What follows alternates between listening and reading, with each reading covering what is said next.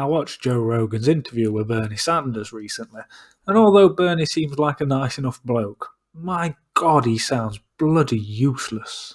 Bulk of their money is going off into what we call Me Too drugs. They make modest changes in a drug which really doesn't improve people's well-being in order to make profits. So the answer is yes. We need obviously vigorous research and development. And by the way, your tax dollars, all of our tax dollars often goes to that research, and we don't get the benefit of it in terms of lower prices. So it's a business model issue. Exactly. It's a greed issue. You've got it.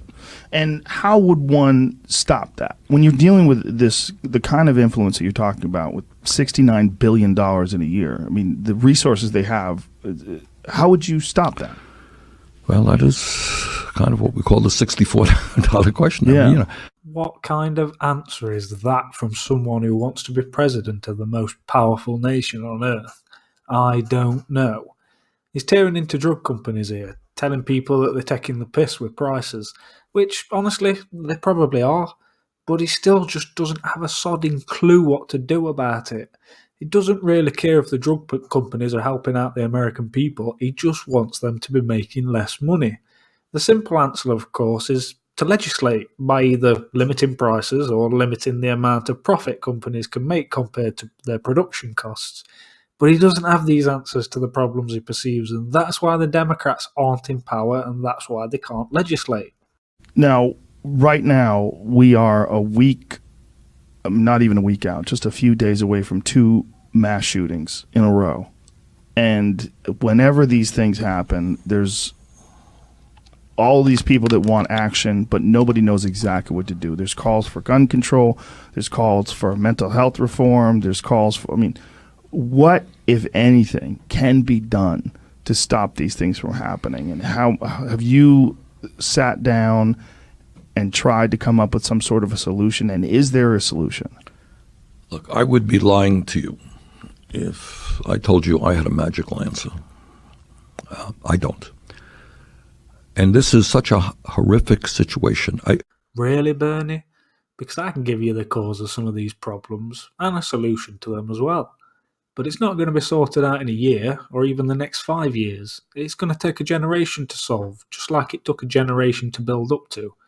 It's an horrific situation that people like you created, Bernie. Young men, especially white working class men, are being ostracised from society.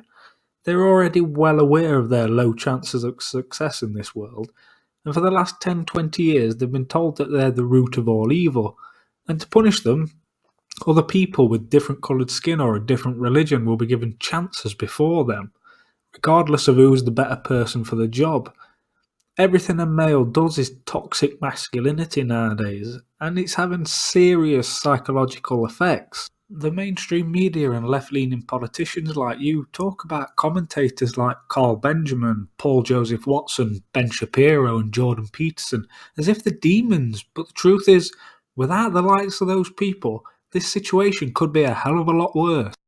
These guys are scooping up young men in their audiences and trying to teach them reason and logic and give them an opposing point of view to "you're the problem, you racist, misogynistic, potential rapist." If you really want to help these young men, you should be down on your knees begging the people I've just mentioned to carry on their work. Because if they don't, we're going to lose a lot more young men yet.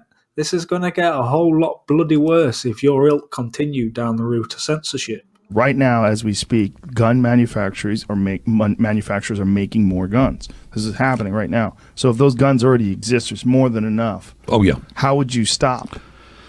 Well, again, I think, look, even when pushed by Joe for an answer, he's just a stuttering mess. He's trying to make up solution as he goes along.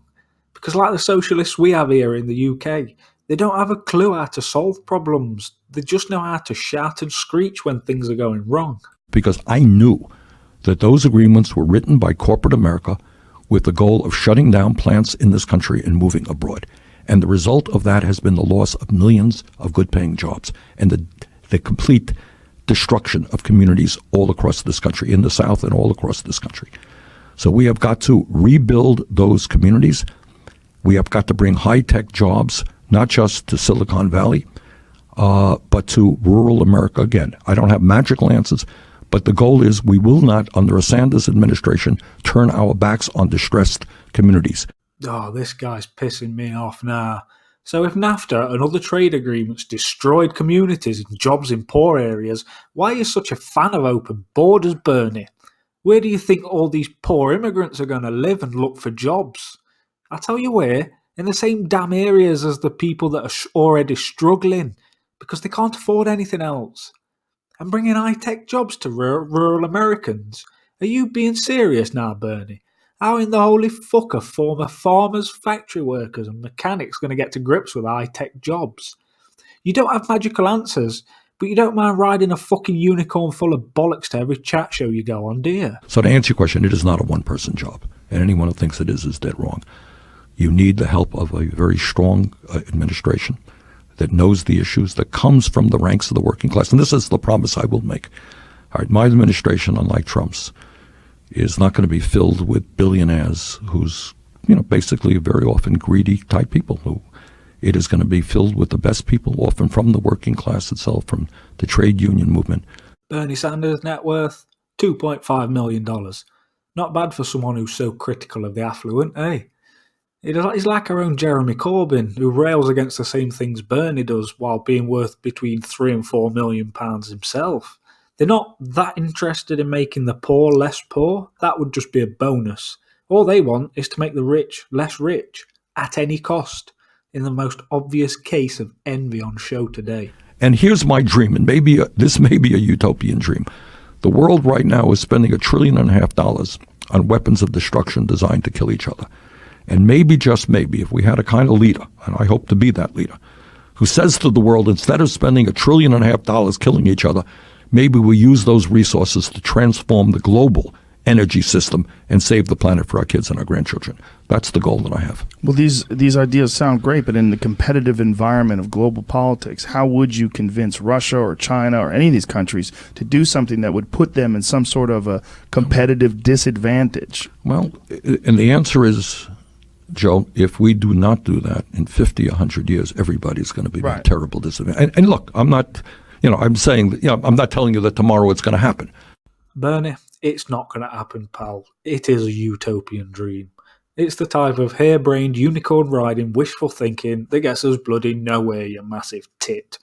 Get your pipe and slippers out and bloody retire, mate, because you've got absolutely nothing to offer America or the rest of the world when it comes to political solutions. Get back on the sidelines and shout away to your heart's content, Bernie, but take Corbyn with you, please, and piss off with your non-solutions, you bloody useless faffer. Don't forget to like the video, folks, and if you are new to the channel, please do subscribe, it helps out massively.